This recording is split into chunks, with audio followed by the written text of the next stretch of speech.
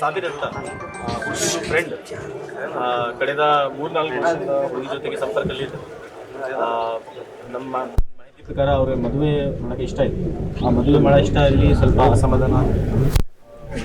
ಸಾಬಿರ್ ಅವರೇ ಎಕ್ಸಾಕ್ಟಿಯಾಗಿ 20ನೇ ತಾರೀಕು ಸಾಯಂಕಾಲ ಮರ್ಡರ್ ಮಾಡಿದ್ವಿ. ನೈಟ್ 12 ಗಂಟೆಗೆ ನಾವೇ ಆ ಸಾಬಿರ್ ಟೆಕ್ನಿಕಲ್ ಎವಿಡೆನ್ಸ್ ಬೇಸಿಸ್ ಮೇಲೆ ಬಂಧನ ಮಾಡಿಸಿದ್ವಿ. ಈಗ ಈಗಲೇ ಪ್ರೋಸೆಸ್ ನಡೀತಾ ಇದೆ. ಆದಷ್ಟು ಬೇಗ ಅವರಿಗೆ ಜೇಸಿಗೆ ರೀಸನ್ ಆರೋಪಿನೂ ಹೇಳ್ಬೋದು, ಅವರಿಗೆ ಇಷ್ಟ ಇದೆ ಹಿಂಗೆ. ಬಟ್ ನಾವೇ ಫಸ್ಟ್ ಸುಮ್ಮನೆ ಯಾರಿಗೆ ಹಿಡಿಯೋಕ್ಕೆ ಆಗಲ್ಲ, ಎವಿಡೆನ್ಸ್ ಬೇಸಿಸ್ ಮೇಲೆ ನಾವೇ ನಮ್ಮ ಕಾರ್ಯಾಚರಣೆ ಮಾಡ್ತೀವಿ.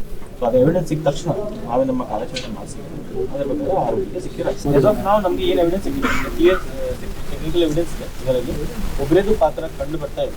ಬಟ್ ನಮ್ಮ ಇನ್ವೆಸ್ಟಿಗೇಷನ್ ಯಾವಾಗಲೂ ಕ್ಲೋಸ್ ಆಗಲ್ಲ. ಚಾರ್ಜ್ ಶೀಟ್ ಆದಮೇಲೆ ಒಂದು ಕ್ಲೋಸ್ ಆಗಲ್ಲ.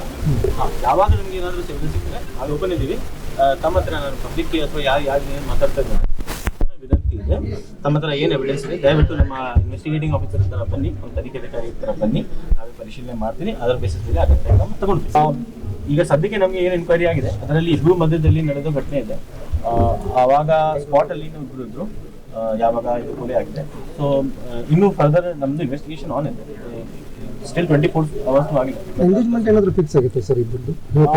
ಮೇಲ್ನೋಟಕ್ಕೆ ಅಂದರೆ ಮಾಹಿತಿ ಇದೆ, ಮದುವೆ ಫಿಕ್ಸ್ ಆಗಿತ್ತು. ಎಂಗೇಜ್ಮೆಂಟ್ ಬಗ್ಗೆ ನಮಗೆ ಮಾಹಿತಿ ಇಲ್ಲ, ಅದು ನಾನು ಹೇಳಲ್ಲ. ಇನ್ವೆಸ್ಟಿಗೇಷನ್ ಪಾರ್ಟ್ ಇದೆ, ಅದು ನಾವೇ ಚಾರ್ಜ್ ಶೀಟ್ ಆದಮೇಲೆ ಸರ್ ಅಲ್ಲಿ ಹತ್ತಿರ ನೀರು ಇಬ್ಬರು ಕೋರ್ಸ್ ಏನಾದರೂ ಮೆಡಿಕಲ್ ಎವಿಡೆನ್ಸ್ ಅಲ್ಲಿ ನಮಗೆ ಅದು ಮಾತಾಡ್ತೀವಿ ಡಾಕ್ಟರ್ ಜೊತೆಗೆ. ಆ ಥರ ಮೆಡಿಕಲ್ ಅಲ್ಲಿ ಬೇರೆ ಹುಡುಗಿ ಜೊತೆ ಏನಾದರೂ ಅಪ್ಡೇಟ್ ಏನಾದರೂ ಹಿಂಗಾಯ್ತಾ ಸರ್?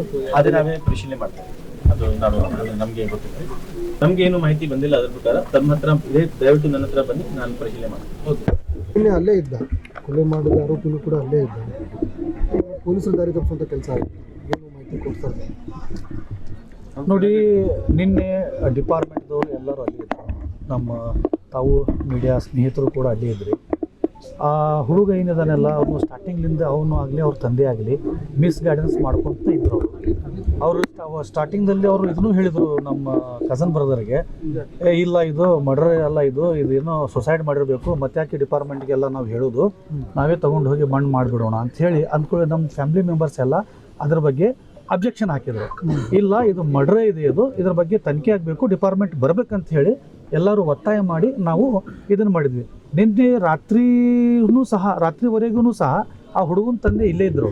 ಅವರು ಬೇರೆ ಬೇರೆ ವಿಷಯವನ್ನು ಹೇಳ್ತಾ ಇದ್ರು. ಅವರು ಸತ್ಯ ಸಂಗತಿಯನ್ನು ಮುಚ್ಚಿ ಹಾಕಲಿಕ್ಕೆ ಭಾಳ ಪ್ರಯತ್ನ ಮಾಡಿದರು. ಇವಾಗ ನಾವು ಎಲ್ಲ ಫ್ಯಾಮಿಲಿ ಮೆಂಬರ್ಸು ಮತ್ತು ಸಮಾಜದ ಎಲ್ಲ ಜನ ಸೇರಿ ನಾವು ಇವತ್ತಿನ ಒಂದು ಧರಣಿ ಮಾಡೋಣ, ಧರಣಿ ಮಾಡಿ ಎಲ್ಲರೂ ಅರೆಸ್ಟ್ ಆಗುವವರೆಗೂ ನಾವು ಇಲ್ಲಿಂದ ಡೆಡ್ ಬಾಡಿ ಒಯ್ಯಲ್ಲ ಅಂಥೇಳಿ ನಾವು ಡಿಪಾರ್ಟ್ಮೆಂಟ್ದವ್ರು ನಾವು ಹೇಳಿದ್ವಿ. SP ಸಾಹೇಬರು, ACP ಸಾಹೇಬರು, ಸಂಬಂಧಪಟ್ಟ ಠಾಣೆ ಎಲ್ಲ ಇನ್ಸ್ಪೆಕ್ಟರ್ಗಳು ಬಂದು ಅವರು ನಮ್ಮ ನಡುವೆ ಒಂದು ಮಾತುಕತೆ ಆಯಿತು. ಅವರು SP ಸಾಹೇಬರು ನಮ್ಗೆ ಆಶ್ವಾಸನೆ ಕೊಟ್ಟಿದ್ದಾರೆ, ನಿಷ್ಪಕ್ಷವಾಗಿ ಇದು ತನಿಖೆಯಾಗಿ ಇದಕ್ಕೆ ಸಂಬಂಧಪಟ್ಟವ್ರು ಯಾರ್ಯಾರು ಇದ್ದಾರೆ, ಅದು ಗಾಡಿ ಕೊಟ್ಟವರು ಅವ್ರ ತಂದೆ ಆಗಲಿ ಆ ಅಪರಾಧಿಗಳಾಗಲಿ, ಅಪರಾಧಕ್ಕೆ ಯಾರು ಪ್ರೋತ್ಸಾಹ ಮಾಡಿದ್ದಾರೆ ಪ್ರತಿಯೊಬ್ಬರಿಗೂ ಅವರ ಕಾನೂನಿನ ಚೌಕಟ್ಟಿನಲ್ಲಿ ಅವ್ರಿಗೆ ಅರೆಸ್ಟ್ ಮಾಡ್ತೇನೆ ಅಂತ ಹೇಳಿ ನಮಗೊಂದು ಕಾರ್ ಅಂತ ಹೇಳಿ ನಮ್ಗೆ ಮಾಹಿತಿ ಬಂದಿದೆ. ಅದ್ರ ನಮ್ಗೆ ಪಕ್ಕ ಗೊತ್ತಿಲ್ಲ, ಅದು ಡಿಪಾರ್ಟ್ಮೆಂಟ್ಗೆ ಗೊತ್ತಿದೆ. ಡಿಪಾರ್ಟ್ಮೆಂಟ್ದವರು ಯಾವಾಗ ಅದನ್ನು ಬಹಿರಂಗ ಅದೇ ಸರ್, ಅದು ನಾವು ಅದನ್ನೇ ಹೇಳ್ತಾ ಇದ್ದೇವೆ. ಅವರು ಆ ಹುಡುಗಿ ತಂದೆಗೆ ಬೈಟ್ ಕೊಡ್ತಿದ್ದಿಲ್ಲ. ನೀವು ಭಾಳ ಇದರಾಗಿದ್ದೀರಿ, ಶೋಕದಾಗಿದ್ದೀರಿ, ಪ್ರತಿಯೊಂದು ಅವರು ಮ್ಯಾನೇಜ್ ಮಾಡಿ ಅವ್ರದ್ದೇ ಥರದಿಂದ ಅವ್ರು ಮ್ಯಾನೇಜ್ ಮಾಡಿ ಅದು ಹೇಗಾದರೂ ಮಾಡಿ ಅದನ್ನು ಬಚ್ಚಿ ಹಾಕ್ಬೇಕಂತ ಹೇಳಿ ಅವ್ರು ಭಾಳ ಪ್ರಯತ್ನ ಮಾಡಿದರು. ಬಟ್ ಅದು ಸತ್ಯ ಸಂಗತಿ ಯಾವತ್ತೂ ಬಚ್ಚಿಡೋಕೆ ಸಾಧ್ಯ ಇಲ್ಲ. ಅವ್ರ ಮಗನೇ ಆರೋಪಿ ಇದ್ದಾನೆ, ಅವ್ನು ಡಿಪಾರ್ಟ್ಮೆಂಟ್ದವ್ರದಂತ ಒಪ್ಕೊಂಡಿದ್ದಾನೆ ಅಂತ ಅವನು. ನನ್ನ ಹೆಸರು ಮೊಹಮ್ಮದ್ ಇರ್ಫಾನ್. ಏನು ನಾನು ಸೋಷಿಯಲ್ ವರ್ಕರ್. ಓಕೆ.